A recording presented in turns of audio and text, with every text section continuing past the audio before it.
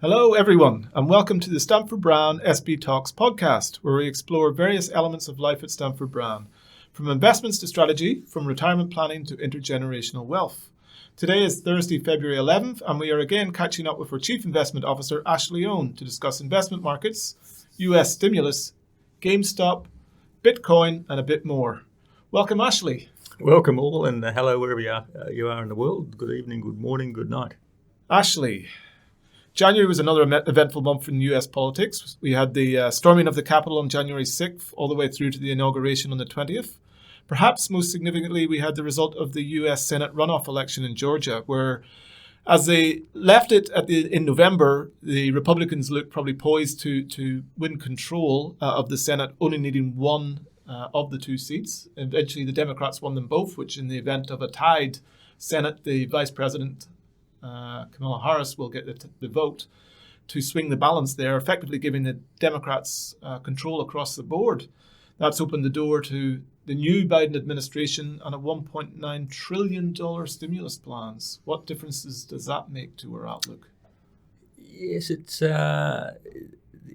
the very short term. I'm not interested in the politics of it. I'm interested in the way markets react to it, and markets can react all the way from knee-jerk all the way through to affecting asset prices and bond yields and currencies and interest rates. So it's more the impacts I'm interested in than the actual dollars and the events, etc. Not much happened in January. It was pretty boring. You had the storming of the Capitol. You had blood in the streets and people dying. And I think your X factor was that Trump wouldn't go, and he did go, but he just left a bit of a mess behind. My base case back then was I had a couple of scenarios all the way from I think three scenarios. One was he would go peacefully, which is and the rioters would be increasingly relevant and increasingly disparate through various redneck backwaters in America. You'll get a flare-up every now and again, but that Trump will go. And that was our base case, which turned out to be the case. The second case was that he would have to be dragged out physically with a forklift, one for him, one for his hair care products, and one for his wig. So that didn't happen. And the third case was, and of course that would be accompanied by riots and insurrection and bloodshed. The third case was that maybe he would hold himself up and be a president in exile in the White House, right, with his own National Guard protecting him and a bit of a standoff military. That didn't happen either. So he went peacefully without the forklifts. Unfortunately, it would have been good to see his various hair care products laid out for all to see, and wigs. But it was fairly the market impact of the outcome of the Senate and the House, let alone the White House. If you look through the last 3 months, going back up, leading up to the election in November, then December, then January, there was every couple of days the market would change its mind as to whether a certain combination was good or bad. It seemed to like any outcome at a certain point. In the actual day of the election, the thinking was that the worst case would be a Biden White House and a Republican Senate, because you'd have a standoff and nothing would get done. If you can recall, like the second Obama. The thing that sparked off the great rebound in shares in March last year was the CARES Act, which was the $2.3 trillion stimulus approved by the Senate, or moving towards approval in the Senate. And then that ran out in July. A new one was put in place, which ran out in August, and a new one never got put in place. It was all based on bits and pieces of Band-Aids, putting money together. So if you look at what happened during the year, during the rebound, most of the ups and downs in the market were based on whether or not the various stimulus package would get reviewed or extended. One would get up. Next one. Yeah.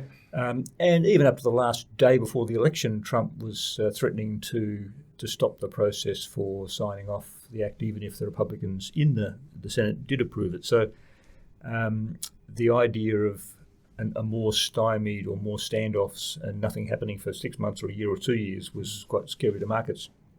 As it turned out, the other fear, of course, was that the Democrats' clean sweep, which ended up happening, was very bearish, because you'd have these trillions of stimulus being thrown and inflation and all sorts of things.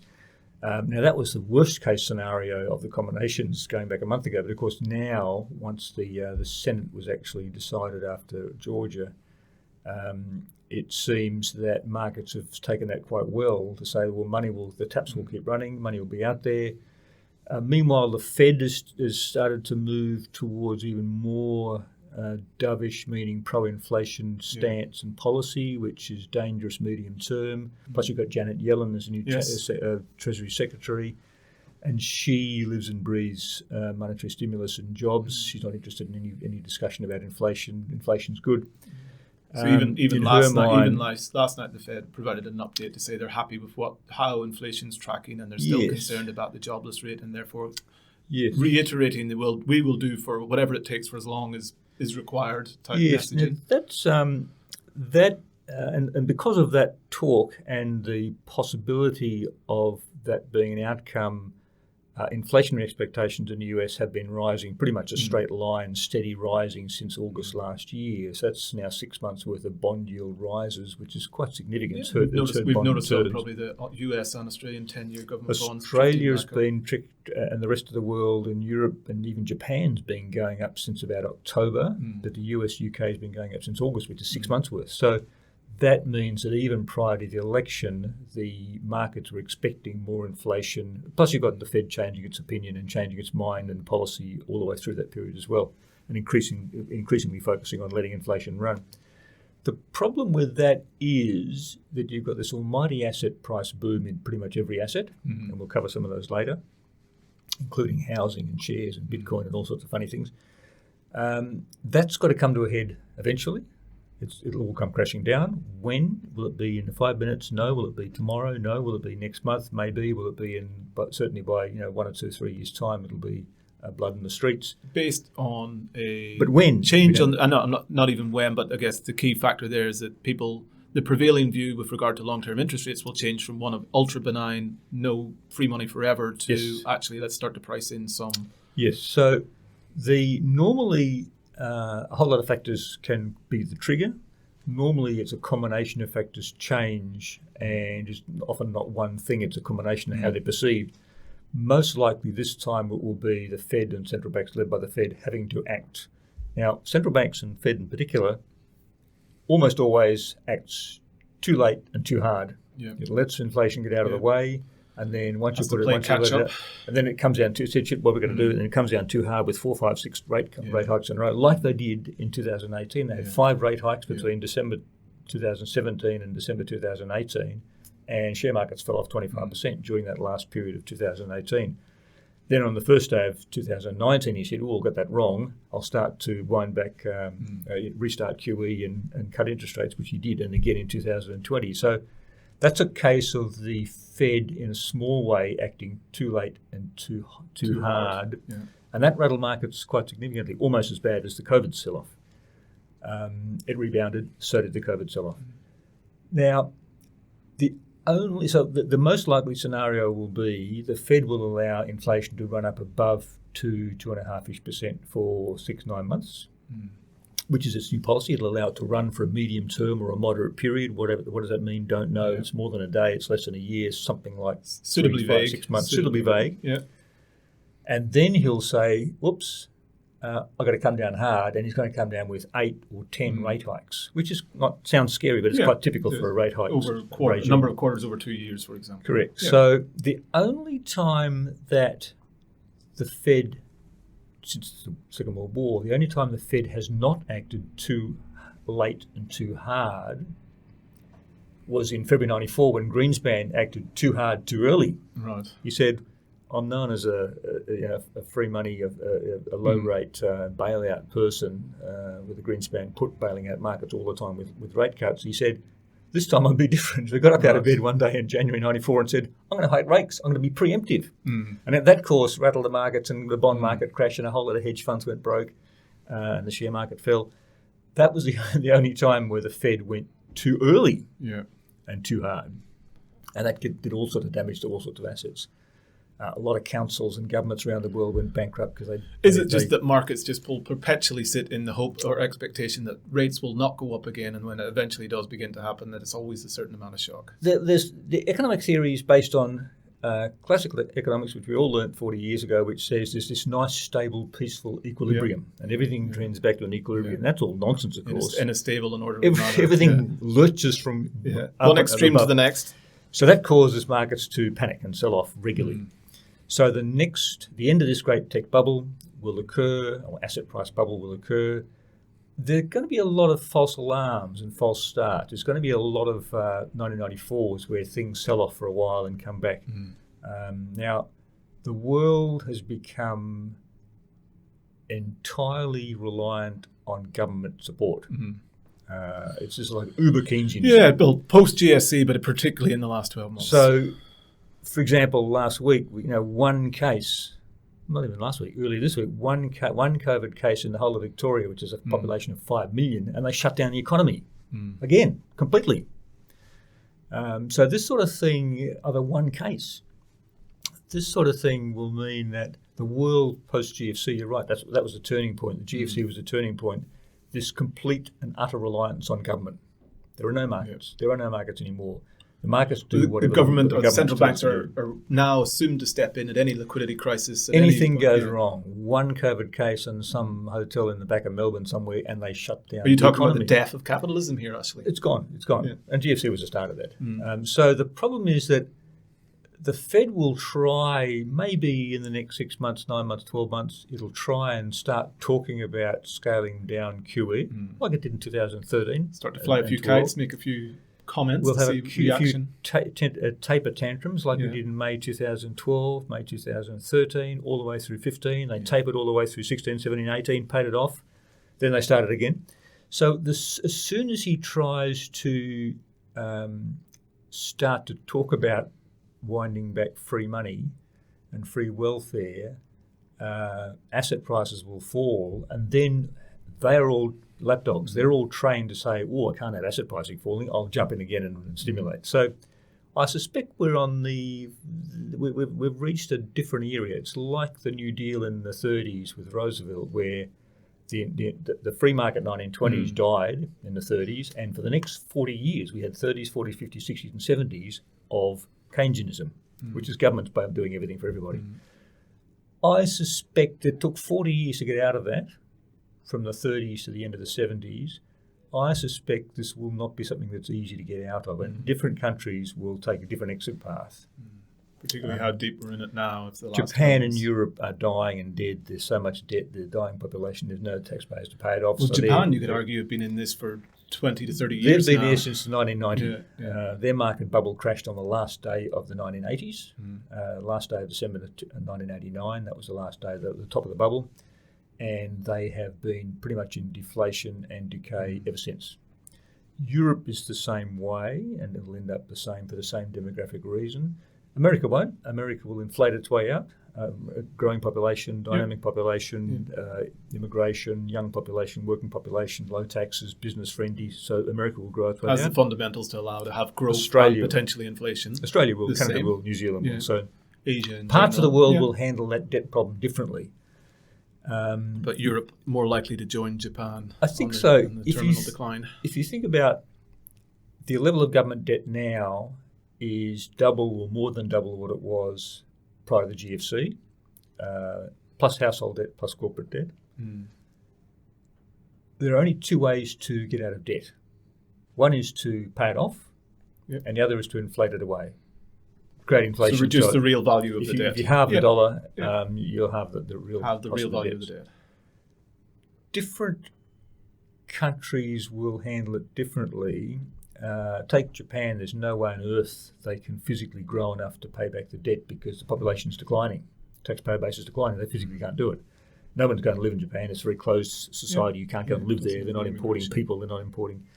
So Japan, 95% of Japan's debt, government debt, is owned by Japanese pension funds and Japanese departments. So it's like mum and dad in a household. If you and I are mum and dad, I'm the dad, you're the mum, or I'm the mum, you're the dad. We'll leave that there. And I'm the breadwinner, and I have a debt of $1 million. I've got a problem. Except if I owe the debt to you, and you've lent me the money in the same economy. household. Yep. Doesn't make a difference. No external parties are involved. We'll solve it over the kitchen table with a book entry. In the case of Japan, their government debt will be solved, given that Japanese pensioners own the debt, 95% of the government debt. The government debt problem in Japan is going to be solved by pensioners, by a book entry inside Japan, accepting lower pensions. It'll be painful. But that will be the way it's solved internally. In the Americas case, 70% of their government debt is owned by foreigners. So you can't just sit down at the kitchen table and say, well, I'll just cross this out and cross that out and reduce the debt. Particularly a lot of it by potentially certain states that they're not necessarily all that friendly with. Not so much Japan, China, but Japan, Korea, Taiwan, the whole East Asia, plus Japan, plus China. So that's a problem for America because its banker is its enemy. So you've got to go cap in hand to your banker. And China several times has threatened to withdraw from the market and sell down debt. Almost like Trump threatened to just walk away from the debt as well. He did. So that is a different problem. Europe is in the same boat as Japan. Dying population, aging population, massive welfare bill, can't grow. So if I bring that back to, I guess, part of the original discussion, which is, okay, well, we know we're moving into, I guess, another wave of the stimulus and another bigger wave, and nothing's going to be large enough, it seems, for the current Democrat ambitions in terms of stimulus. And your comment, which is a good one in terms of the markets have been heavily driven by the stimulus expectation, and the return on non-risk-bearing assets is minimal at this point in time. Is there anything on your horizon that would cause a concern to say, well, is there anything here that you see that could be the spark that starts the fire that leads to, possibly that changing of the prevailing view? I'm interested in what will cause share markets to fall, primarily in asset markets, but in particular share markets, because they're the most volatile. Because once share markets fall, it'll cause people to sell things and unwind other parts of the whole cascading effect through other markets. So the most volatile things are shares. So we'll focus on shares as the core, and most portfolios have got half-ish shares in a portfolio. Plus you've got bonds and property and other things as well. But primarily the share market's the most sensitive litmus test for what's going on in the world. The most likely cause of several false alarms, or medium-term, short-term sell-offs like we've had this year, like we had 2 years ago, will be an inflation scare. And why that is important is because how that ends up in share prices is because they say, well, inflation's now going to get back into the range and the Fed's going to have to raise rates back to 3%. Fed's going to have to take action, bring it back. Yeah. That will require 10 rate hikes or 15 rate hikes, like it did in the last cycle. Yeah. That scares people. So whereas companies are borrowing at 1% now, they might need to borrow at 4%. 1% for 29 years. Corporate debt's doubled in the last 10 years or tripled in the last 10 years in America, particularly subprime, low-grade corporate debt. Once you stop paying 2% for your debt and having to pay 6, 7, 8%, a normal sort of rate for high-risk debt, that'll send a lot of companies bankrupt. Particularly if you look at other elements of the market, then you say the rent-paying asset, be it commercial property, be it an infrastructure-type asset, if you assume that you can borrow now at 1% to buy that asset and get paid 2 to 3% yield on it, if suddenly you're having to borrow at 3 or 4, that's a dramatically different equation as to what it's worth. So the rate hikes needed, people are now used to 1%, 0% rates and 2% mortgages. The rate hikes, if you've got the American running at a real GDP growth of about 2%, which is actually quite moderate, running at 2% this time a year ago was more than that, but let's say it gets back to 2.5%, which is actually a good running rate for America. The inflation rate gets back to, say, 1.5-ish, 2%. There's 4% or more, minimum 4%. Your cash rate normally in a long-term economy, your outlook for the cash rate should be around about the inflation plus the real growth engine of the economy, which is about 4%. So 4% cash rate's around about average. Yeah. It's about normal for a normally functioning economy. So we can expect, and plus on top of that, you've got to add a margin for liquidity and a margin for maturity and long-term bonds. So as in the rate that a company would borrow at commercially. So 4% cash rate just terrifies people because it means that they're going to have to change their entire equation about how you value assets, and therefore everything will sell off radically. But 4%, if you think about it, 4% cash rate is actually less than the average of the last 20, 30 years. So it's not scary when looked at logically, but it's scary given the I think it's the tipping point in expectations there. So it'll be inflation expectations, but not inflation itself. It'll be the expectation that rate hikes will have to start, and that will cause markets to sell off.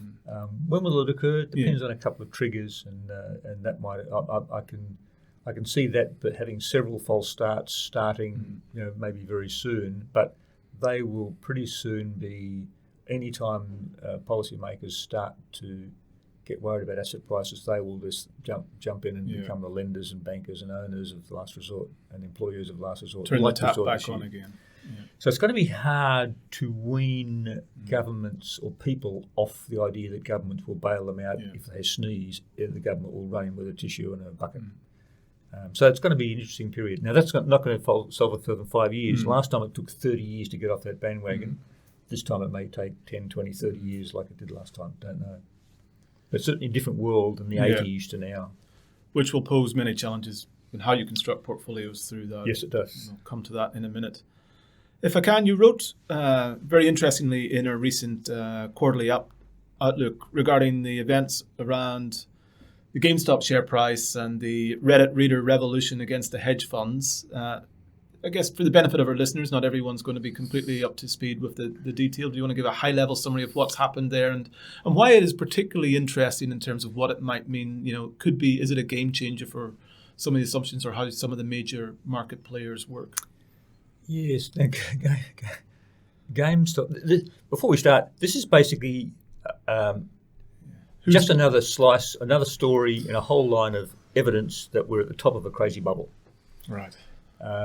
So GameStop was a US chain store of 5,000 retail stores, a bit like EB Games in Australia. They sell. They sell video games, and I've got a son who's now 20 odd years old, and I used to get him EB Games vouchers for $50. Computer game discs. Go and buy a little module for a PlayStation or whatever it is, Xbox. Nowadays, they don't exist, or you don't give them money for that because they don't exist. EB Games are still there, but they don't sell. You buy it online. So now that whole era of walking into a shop and buying something, particularly gaming software and gaming modules, it's a very steep downward trend. So that was a hot stock 10 years ago, and it was on a tear 10 years ago. Because, like all traditional retailers around the world, the share price has been falling for the last year or two or three because they've been Amazon. Plus, also during this year, the year just gone, sales tanked because foot traffic tanked, and so the idea of shorting stocks has been around for as long as stock markets. So the company's in terminal decline. Well, we can make money on the way down. So you and I are long investors. We buy a share. We buy a part of a company. We buy it, which means we benefit if the share price goes up. Yep. We benefit from the company's growth in their earnings over the longer term. Or the share price grows. Yeah, which grows in turn with the growth in earnings. You would think so. Yeah. You'd think so. Hypothetically. Yes. If you, on the other hand, believe that the company's in decline and is going to fall or fail, like Myer or DJs or any retailer here, you can borrow the stock from an investor, normally a super fund, and you can then sell the shares on market at $10, hoping to buy it back at $5 in 3-6 months' time. Before you give it back. And then you have to return it to the person you borrowed the money from. The shares from. So the idea of shorting has a lot's been written about this. It's very popular. It's seen as un-American and un-Australian and immoral. It was banned for a period during the GFC. Well, in the GFC, because everyone was shorting bank stocks and banks are so important for the economy, they banned shorting of bank stocks. Structural risks. So the idea of borrowing shares from an investor and then selling them short and then waiting for the share price to go down is seen as a bad thing, even though it's essential for a functioning market, transparent functioning market. It's part of the liquidity of the market. Yeah. A lot of hedge funds make a lot of money. Everyone from George Soros to Druckermeier to Robertson, there's been a whole lot of hedge funds that have made multiple $1 billion. For every hedge fund that goes well, about 10 go bad. Every year in America, globally, about 10,000 hedge funds are born. New hedge fund, new ideas, and every year about 8,000 die, give or take. So hedge funds are some of them last 10, 20 years. Most of them last about 3 days. Their idea either works or it doesn't. So it's a dangerous game because shares, if by inflation, if nothing else, share prices rise over time. And the idea of shorting, i.e. borrowing stock, selling it short and hoping for it to fall, is a risky game, and most of the bets fail. Hedge funds have a practice, and we've seen some in Australia. If I'm a tricky hedge fund, and there's quite a few we know, I will think a company's got trouble, like Slater and Gordon, for example, a law firm, or any number of companies, or Dick Smith. They will buy shares, they'll borrow and sell the shares on market and go short.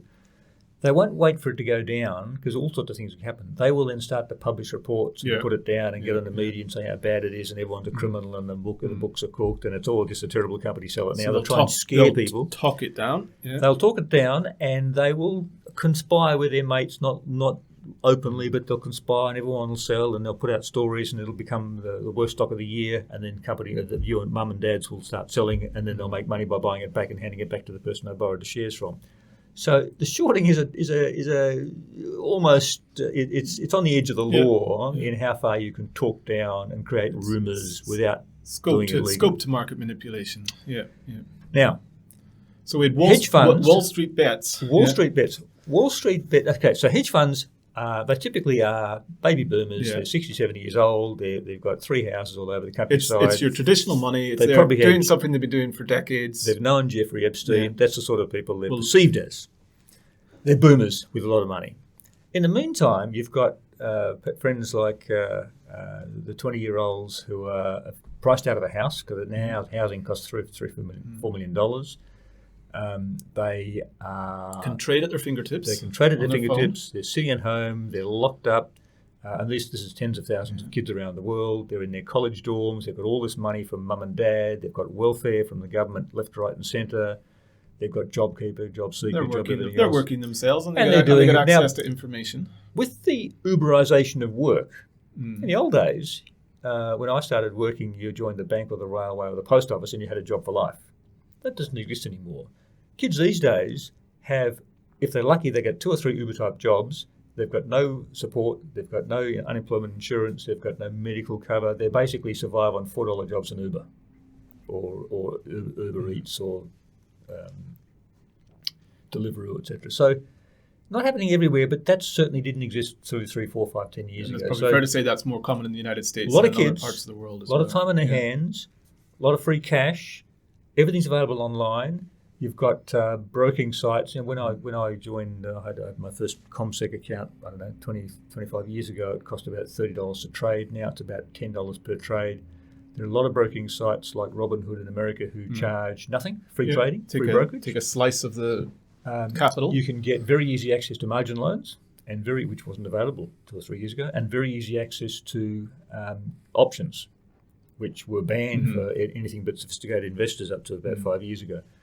So you've got a lot of means to trade. Plus, also all the sporting events, apart from 1 or 2, apart from horse racing in Australia, were banned last year. So all the things they normally bet on were not available to them. They've got betting software. They started to bet on all sorts of funny things. Stocks seem like a good idea with Robinhood type free trading. Stocks go up and down. They can make money online. So you've got a lot of events going on, the globalization of work, the Uberization of the workforce, the reliance on free money and reliance on trading for income rather than a real job. Plus you've got the enemy is the 60-year-old billionaires living in 5 houses with all this money who made their money by shorting the market and conspiring to manipulate prices. Yep. The young kids said... So you've got a common enemy. Their own game. So they, in the GFC, hedge funds, the old bad guys, deliberately targeted companies with high levels of debt and where the CEOs had high levels of margin debt on their own shares. Right. And some famous CEOs in Australia got taken down by hedge funds and the companies were bankrupt, household names, which was the hedge funds making money out of falling shares. So the kids said, we'll beat them in their own game. We'll look at all of these, every exchange in the world, including the ASX, publishes daily the shorted stocks. So everyone knows what short interest is out on everything from BHP down to Afterpay. So it's all freely available online. The kids said, we can have a look at those published lists, pick companies which are heavily shorted by the bad guys, the hedge funds, and they are the old retailers like GameStop, and we will bid up the share price. And the GameStop, they pick one, which is GameStop, which is shorted by 2 or 3 major hedge funds. They pick those carefully, and they Reddit, which is a Facebook type message board which my kids use, that has chat rooms and they talk about stocks. So there was it's almost notable chat room there. Wall Street Bets. Wall Street Bets is one. They talk about, I spent days last couple of weeks reading posts from those. Fascinating stuff that goes on there. Some of which is repeatable, but a lot of it's not. Right. And they conspired to target particular hedge funds who had shorted a number of stocks, including GameStop. The other one was AMC, which is a cinema chain, which of course has been closed because no one goes to the cinema. So a lot of stocks were down. So they picked these 2 or 3 companies. And they drove up the price of GameStop, which is a favourite company in these chat rooms, by about 700%, in a couple of weeks. And of course, the hedge funds lost. Every time the share price goes up, it works against you. That day, that night, you get a call from your broker saying, we want to have another $1 million in your margin account, otherwise we'll sell you on the open tomorrow morning. So they faced calls. About $70 billion US was lost by hedge funds in about 2 weeks when the share price jumped in GameStop and AMC and other stocks. So a couple of hedge funds went broke. One of the biggest one they targeted had to be bailed out by other hedge funds who were in the same boat. A bit like LTCM in 1998 when the hedge funds had to band together under the Fed's resolve to try and save the hedge funds. So that was a bit of an exercise in a bunch of people conspiring to manipulate a price, which is what the hedge funds do every day. Yep. And to put people out of business. In this case, it was the bad old baby boomer billionaire hedge fund. To go on the faceless hedge fund. So it was a bit of a generational war, which we've seen in other guises over the last 3 or 4 5 years, but this was quite specific and targeted. It's certainly been the most dramatic exhibition of it on the financial markets. Now, this gets to, in the 1700s, you had 1630s, 40s, you had a tulip boom in Amsterdam. You had the South Sea bubble in 1720s. You had every era has bubbles where people are manipulated by the insiders or the founders of an idea.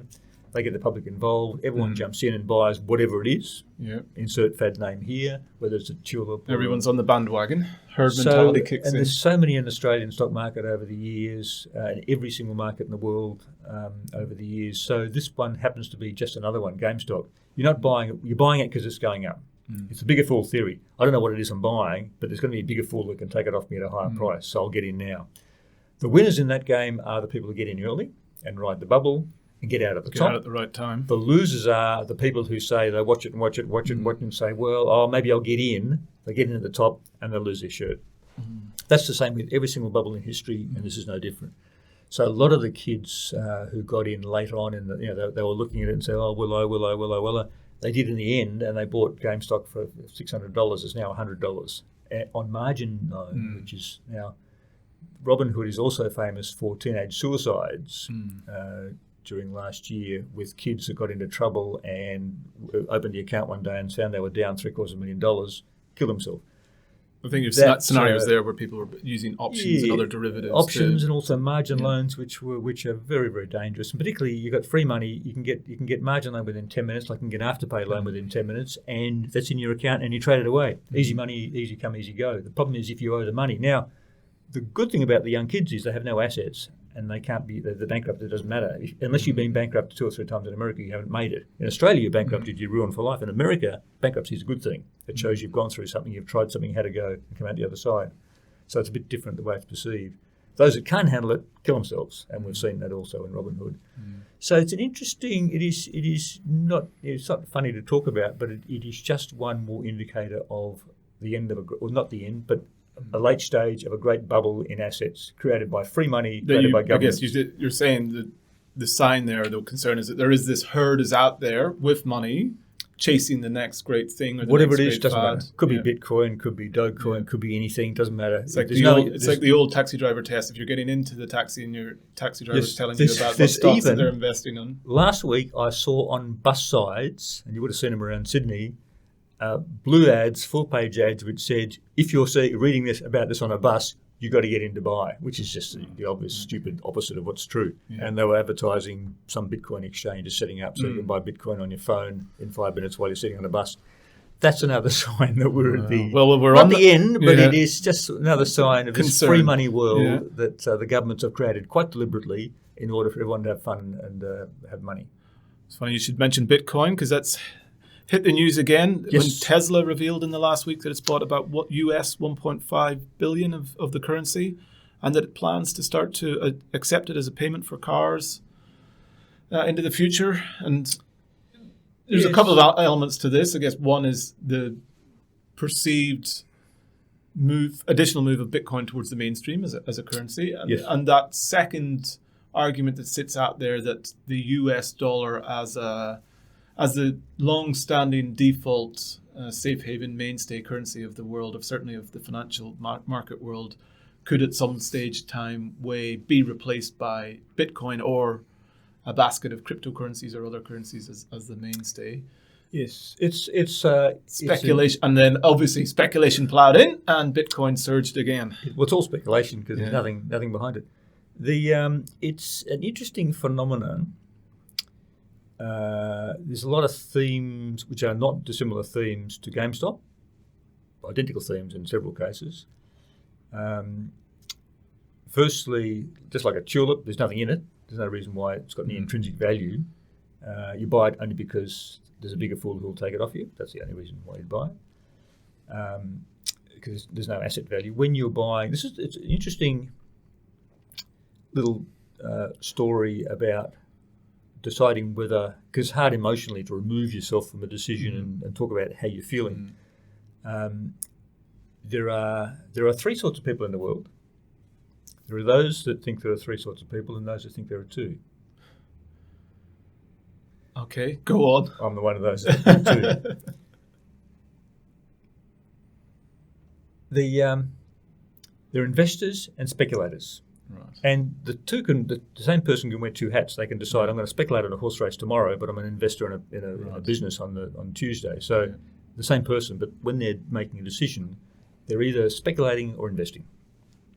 The same goes for shares or probably anything else.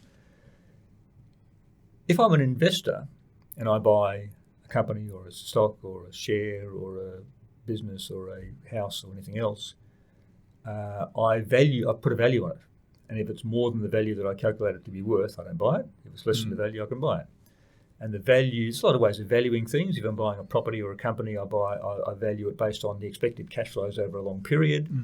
I apply a discount rate because there's no certainty in life. So when I buy a house, I say, well, I'm going to get probably a yield of $1,000 a week on the house. It's going to cost me X, Y, Z dollars. I'm going to lose a third of that in rent and repairs and management costs and marketing costs. So I've got a rough idea of what that might be. Is inflation, it's going to be above inflation or below inflation. So there's lots of uncertainties and question marks. And because of that, I create a discount rate. The higher the risk and the higher the uncertainty about the cash flows, the higher the discount rate. Add up all the cash flows to 20 years, discount them by a discount rate, which might be 4% or 10%, depending on the risk. And I have a capital value of $3.5 million for that property or building or business or company. I value it based on expected cash flows, discounted by the risk factor. Back. Yeah. In a government bond, I know I'm going to get that back in $100 back in 5.5 years' time, so my discount rate's very low, 1% per annum, which is the interest rate in the bond, which is how it's calculated. So every asset is valued by every investor in the market every day based on their perception of discounted rates applied to a set of cash flows, of uncertain cash flows in the future. That's how you invest. And whether or not you actually go through that process or not, you've actually done that informally. Even if you buy something without thinking about it, you're investing something because you know it's got a value in the future. Intrinsic value in the future should be worth. You're not worried about the market because the market might tank tomorrow. It doesn't matter. Those cash flows are still going to be the tenant's going to be there. You've got a discount rate over the vacancy rate anyway, so it's already factored into your price. And if the price goes up in the market beyond what I think it's worth, I say, well, I'm not going to buy that today. I'll just wait for it to fall. If the price comes down for whatever reason, somebody shoots a gun somewhere or fire somewhere or some other risk somewhere, which happens, it jumps back around, I'll say, well, that's actually down 20%. I will buy that now because it's now cheaper. I might change my discount rates because the interest rates are lower or whatever. It doesn't matter, but I still make an informed decision about that's investing.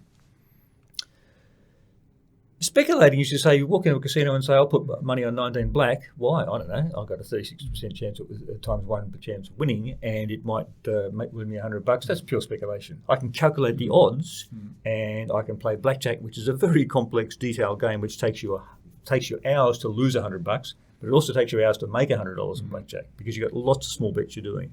Versus roulette, you put your money down. Either way, you can win a lot of money. There's a low chance of you doing that, but the chances are you'll lose money because the house always wins.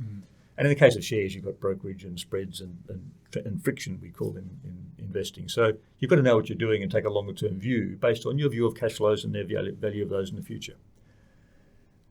As an easy acid test to determine if you are thinking as an investor or as a speculator. Okay. And the story goes like this. I was at a market once in Sydney, and just one of these morning markets where they sell vegetables and fruit out in the tables in the sun. And there's a guy selling a tray of peaches for $10 or $5 or whatever. And they yell and they call that $10, $5, $3, and they sell. And then all of a sudden, the price was going from $10 for a tray down to $9 and $8 because another guy backed up his truck and pulled out a tray of nice-looking mangoes next door, and he's selling mangoes, and the next guy is selling apricots. So this guy said, well, there's actually more in the market now. I've got to reduce my price to $9. And then the sun comes out over the next building, and it starts to do damage to the fruit. So he's got to get rid of it quickly. So it comes down to $7, $6. So you're thinking, okay, I'm going to buy. I was going to make peach daiquiris that day. It's a Saturday morning. Naturally. Naturally. Yeah. So I said, well, I need peaches for this. So I put my sights and said on this guy who was selling peaches in the corner, and all the other things were happening around him. So I said, if it gets to $6, $7, you just got to buy, because I'm going to pay $10 if it comes to $6. If the opposite occurred, if he started to say, well, I'm going to start charging $11, $12, you say, well, $11, $12, it's not worth it, I'll walk away. So you've got an idea what you're going to do, even though it's not a financial value, it's a value of a tray of peaches. You're making a rational choice. It's a rational choice. Yeah. Price goes up above it, I can walk away. Price goes down, I'll buy two. Well, I can always give it to the neighbour or do something with it. You're making a choice on the utility of what you're buying. So without even thinking about it, my attitude to a price rise or a price fall, how I react to that, tells me whether I'm investing or speculating. Well, that's the normal economic. You're describing the normal demand-supply curve there of economics. Even if I'm not a rational investor, I actually like apricots for some, a subjective, unmeasurable reason versus peaches or pears. I'm still making a decision based on what I view that asset to be worth. Yeah. Now, somebody said to me this morning, we've got to talk about Bitcoin because it's jumped from $10,000 a few months ago. It's now $40,000, $50,000. That's US dollars, big dollars. So it's gone up. A lot of clients are saying, asking questions about it. Should we have a 10% allocation to Bitcoin? So, and the other day, somebody was saying, look, XYZ shares are tanking. The market's down 4 or 5%. Should I sell? Now, put your hat on in the tray of peaches. When the price jumps, do people think, ooh, it's jumping, I've got to get in, I've got to get some of this, I'm FOMO, I'm fear of missing, I'll get into this, and then Bitcoin was $10,000, now $40,000, $50,000, maybe I can get in now, I can get it sell for $80,000. Or GameStop, same thing. Versus share price is falling, ooh, isn't it time to get out? Well, if you know what you're buying, tray of peaches or a share of BHP or Afterpay, if you know what you're buying and you've got a rough idea what it's worth, if a share price fall makes you think about maybe selling, that means you're not an investor. Because if you know what you're buying, you buy more of it. So the fact that people are now saying, well, maybe it's time to relook at Bitcoin only because it's risen, which means human psychology being what it is. It means you're in a speculator. So in that case, I'd go to the casino and put it on 19 black. What's the third type of person? Well, there's no third type. The second type is those people. Right. There's two types. Yeah. So it without even answering the question about the value of Bitcoin or otherwise, which we'll get into in a second, the fact that the questions now come up is only because the price has doubled. Yes. Which means by definition you're approaching it not rationally as an investor, you're approaching it as a speculator. Maybe I can double the money. Fear of missing out, which is not investment. It's speculating. Nothing wrong with speculating. I go to the races I've been to about probably 6 or 8 Melbourne Cups in Melbourne. Fantastic day out. You lose your money. It's good fun. That's gambling. You know, par for the course. You know it. And then you walk away and go back to work and become an investor. So as long as you understand what you're doing at the time, that's the best way to approach it. Nothing wrong with it. If you think you're going to buy because it's going to double, good on you. Use it with money. Use money that you don't mind never seeing again. That's gambling. That's life. Bit of fun. Something to talk about. But it's not investing. Let's get into what Bitcoin is. I've done a bit of work on this over many years. There's a lot of things going on. Think about the GameStop phenomena, where you have this change in society. There's a great distrust of authority. And you only have to look at the storming of the Capitol as evidence, and there's so many signs of this around the world in every walk of life. There's a great distrust of governments. They're printing money to get themselves out of debt. creating inflation for no own benefit of their own. You've got, as you described before, a disenfranchised element. Disenfranchised element. Yeah. All people, not just young people. Yeah. Distrust of any authority, police, central banks, governments. This is great. Not to saying it's right or wrong, but as an observer, there's something that didn't happen 30, 40 years ago. There's a great distrust in institutions, particularly government institutions and central banks, which are governments. So the idea is that Bitcoin is a way of avoiding government. It's like a focal point for the... Avoiding regulation. Yeah. And avoiding governments, avoiding central banks. So it's like barter. Remember barter took off in the 80s and it never really got anywhere. It took off in the 60s as well. It doesn't really, there's no real central exchange or trading or clearinghouse for barter. So you've got to find somebody that likes cutting hair if you want to mow their lawn. So, and you got little vouchers that they had. Barter cards and things like that. Barter cards never really took off, but an electronic version that you can do on your mobile phone in a few seconds and trade and buy things. Plus, it's got a market value of its own. It's got $10,000, $5,000, $20,000, $30,000, $40,000, $50,000. The whole idea and theoretical scarcity. And it was set up originally by a mysterious Japanese fellow who there's no official word of him who he is, but people have got an idea. He's not young; he's an old bloke. Old bloke. He set it up as a deliberate way of creating a system which is completely outside government and central bank scrutiny and regulations. That's got problems in itself because a lot of it's been stolen. You've got nowhere to go. Or you've forgotten your password. But 20% of all Bitcoin ever mined has been lost or is in lost accounts or is in password locked accounts which you physically cannot get hold of. There's a famous case of a guy who was paid. He did a job in 2011 for 20 grand in Switzerland, and he was paid 7,002 Bitcoins, which is worth about 20,000 back then, $3 a Bitcoin, in 2011. Now, when you get your digital wallet and your keys and your passwords, you have, in that case, in his particular case, he had 10 attempts. You know how you do your password wrong and locks you out. In the case of this particular online wallet, the digital wallet, he had the keys to Bitcoin locked in under password. His electronic wallet's rules are that you have 10 goes at a wrong password, and after 10 wrong attempts, you are locked out forever, and there's no way of unencrypting it. This guy is sitting on, today, more than $500 million, 35,000 US times 7,002 is $500 million Australian worth of Bitcoin. It was worth about 200,000 at the start of the year. He's sitting on literally $500 million of Bitcoin, but he can't get to it. Now, he's got, out of his 10 password attempts, he's had 10 years. When he moved from Switzerland to San Francisco in 2011, a bit of paper, he wrote it down, the password down, was lost on transit. So he's got he's had in 10 years. Probably should have kept that one in his wallet. Well, it's right, in his real wallet, his physical wallet. Physical. He's had 10 years and he's used, I think, 8 of his 10 passwords. And every couple of years he works out what it might have been and how it would, the combination of letters and numbers. He's got 2 attempts left, and then his $500 million, today's value, is gone forever. Now, there's a whole industry of people around in Australia and around the world whose job it is to help people find their passwords, like an industry of consultants, like a consulting firm. About 20% of all Bitcoin have been lost in this way.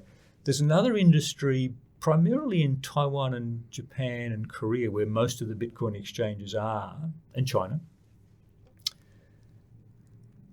Every now and again you hear a story of people that open an account. I don't have an account, but I've got friends that do have an account. They regularly get stolen. You get hacked and stolen. And there's no government to go to because the government says nothing to do with us. There's no regulator. There's no central bank. So the problem is that because there's no government or regulator, central bank, there's nobody you can go to. No safe. So it's fraud, but it's rife with fraud. As an idea, it's good. An idea being it's anti-government, anti-regulator, but that means it's mostly used for drug deals and illegal arms dark trading. web and other things. Does that if you said, well, guess that failing, does that mean the argument that's out there that, I'm not saying that Bitcoin becomes the new US dollar, but that something of its ilk becomes the new US dollar is correct? Doesn't stand up. The idea, before I get to that, there are aspects of the technology which are very powerful and have been used in everyday life by everyone from central banks to ASX downwards, and that's the blockchain technology. The clearing technology. The blockchain technology is a way of reporting, capturing transactions. It's extremely transparent. You can go and look up who did what, in what transaction, for how much, in what date, and in what currency, in what transaction 14 years ago. It's completely transparent and open. What is not transparent and open is the anonymity behind each transaction. But the transactions themselves are very transparent. So the ASX is... You just don't necessarily know who did the transaction. Every bank is now using blockchain. So the whole idea of that process, which is distributed technology that doesn't sit in the mainframe, it sits in the ether somewhere, very powerful, and it's being used. So there's some elements that are very powerful. Then you get to the question of, given that the US dollar is printing money as fast as it can, has no concern about inflation. In fact, it's deliberately trying to inflate its way out of debts. Yeah. That's scary for investors. Deliberately trying to debase itself. Exactly. Yeah. Given that every other central bank in the world, including the RBA, is doing the same thing, trying to trash the currency, trying to debase the money by printing more money, all of which is bad for investors, there's an idea that says that there's a better way than holding paper dollars. Now, the world has been trying to look for a replacement for the US dollar since Nixon in August 1971, which is 50 years ago. There have been various methods tried to replace the US dollar with all sorts of different currencies, baskets of currencies, commodities, baskets of commodities, bits of paper, bits of reserve deposits, all sorts of things have been tried and tested to try and get away from the dominance of the US dollar. Nothing on the horizon yet. It may well be that in 10 years' time, after China opens up its capital account, which it says it will do but is going the reverse, but there may be a basket of currencies. It might be the yen's very, very strong because it's deflationary, euro is very strong because it's deflationary. Could be a basket of currencies in conjunction with the US dollar. But so far, after 50 years of trying, there is nothing on the horizon that will replace the US dollar as a real hard asset. Gold has been tried. Yep. Gold was gold standards from 1944 to about 1965. So Bitcoin, just to be clear, is not the new gold standard. The idea would be that gold is still extremely valuable because it is so rare. The power of Bitcoin is that it's built on a set of programs, and you have to spend more and more time and money and effort and energy to get the additional marginal Bitcoin. But so far, after all the speculation, it's holding up. Its supply constraint is its power, and so far, every day you read about people who are setting up a shop to try and build a bigger computer to find these things. Mine for it. It's incredibly anti-environmental because it takes, I think, the whole of Korea to mine one Bitcoin, and there's like 17,000 of them. It uses up as much energy as the whole of Korea uses, or small country uses in an entire year.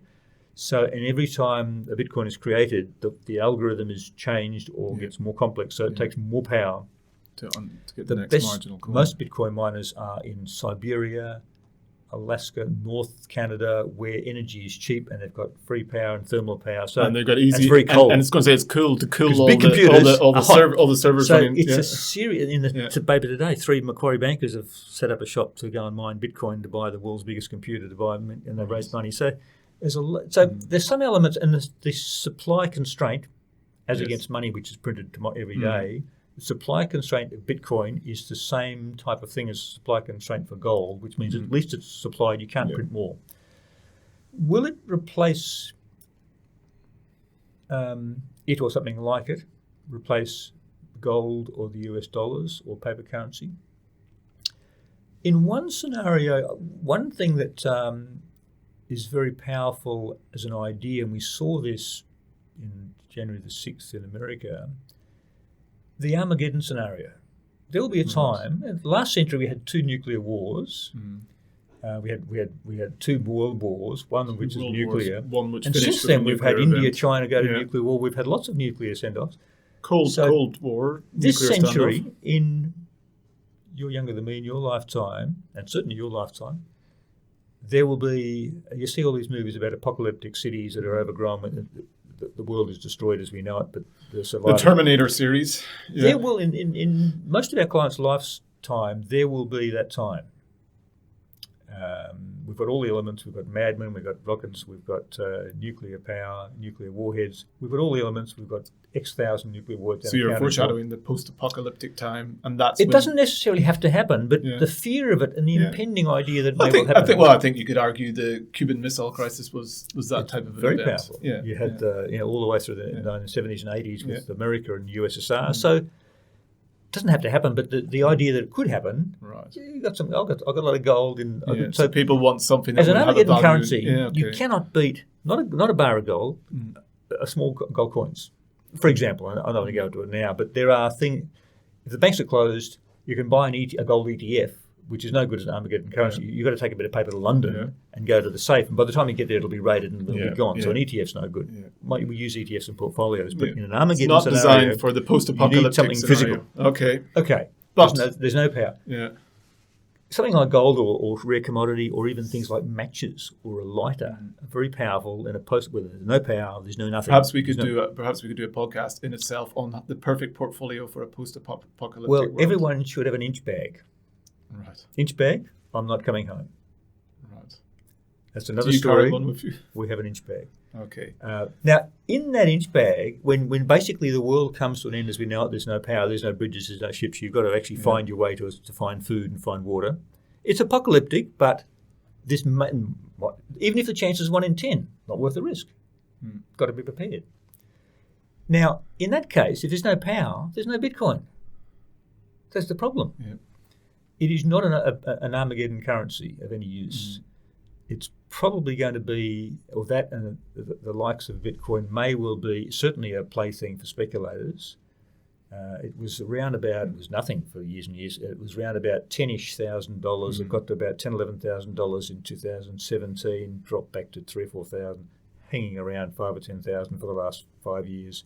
Suddenly jumped. Elon Musk is now, not his money, he's committed Tesla's money to it. Yeah. Think about 10-15% of their cash is going to be Elon Musk was the guy a week and a half ago that said he promoted and egged on the GameStop kids by saying whatever he said in those tweets he did that day, right at the peak of GameStop. So he's not somebody that sort of thinks before he tweets, which has not done him very well. He's been fined tens of millions by the SEC for doing that.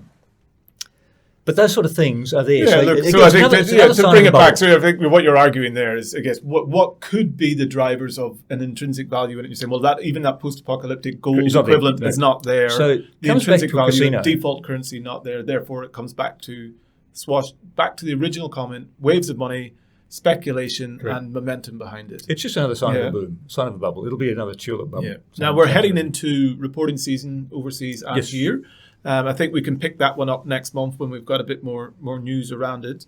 Very briefly to wrap us up, quarterly review of portfolios. What's the outlook? What's the main changes? We review all portfolios quarterly and rebalance them back to our targets. We actually made no changes to portfolios in the quarterly change at the end of January, apart from the rebalance. Reweighted back to target. We're overweight global shares, and they're running well. Reporting out of the US has been better than anybody expected on almost all fronts. Overweight Australian mid-cap. Australian shares we're neutral weight on, in particular small and mid-caps, and they've done well. We've got we're into reporting season, early days. A dozen companies reported so far in the last week, and almost all of them had no, apart from Crown, of course, there's been no negative surprises. In fact, almost all has been better than expected, including Combank yesterday. So that was our feeling. People oversold and over pessimistic last year, and we're actually quite bullish on Australian shares, in particular small and mid caps. Plus you've got the iron ore price running well, and you've got the coal exports doing well, LNG's doing well. So retailers are doing better than expected. The banks are doing better than expected. They're having to write back provisions and increase the provisions that they've made. They're starting to reduce and say, well, we have over-provisioned, much like the years post-GFC, so which then comes to profit upsurges. Yeah. So in the US, they had their quarterly reporting season in January, which was very positive. I think 80-odd% of companies reported better. I track about 100 companies in the US, and 80% of those reported better than expected, actually up to 90% better than expected profit increases this year in their last quarter. Dividends are looking pretty good, and again increasing those. Buybacks are starting to return because banks were banned from buybacking. Now they're starting to buy back again, which puts a boost under the share prices. So global shares we're pretty strong on still. So we're happy to hold the line for the quarter ahead. In the bond space, for fearing the rising interest rates over the medium term, we're underweight government bonds, which is because they had a negative month and a negative quarter, so they're being hurt by the rising bond yields. So we're always wary of the impact of future inflation rising expectations. We hold a bit of cash and a bit of high-grade floating rate Australian debt, which is very low risk and very low volatility. We have no commercial property because that has headwinds in the coming years with rising bond yields and rising interest rates. So we're pretty happy with the portfolio sitting where they were. So we didn't make any changes in January. Just rebalanced back to target and reinvested the cash. Yep. Excellent. Entertaining as always, Ashley. I'm never quite sure where we're going to end up, but we went through the post-apocalyptic world. Everyone's gone out to get themselves an inch bag now as well. Correct. I look forward to it. For another day. We'll talk about that another day. Another day. Thank you. Take care and keep safe, everyone. Thank you for listening. Bye-bye.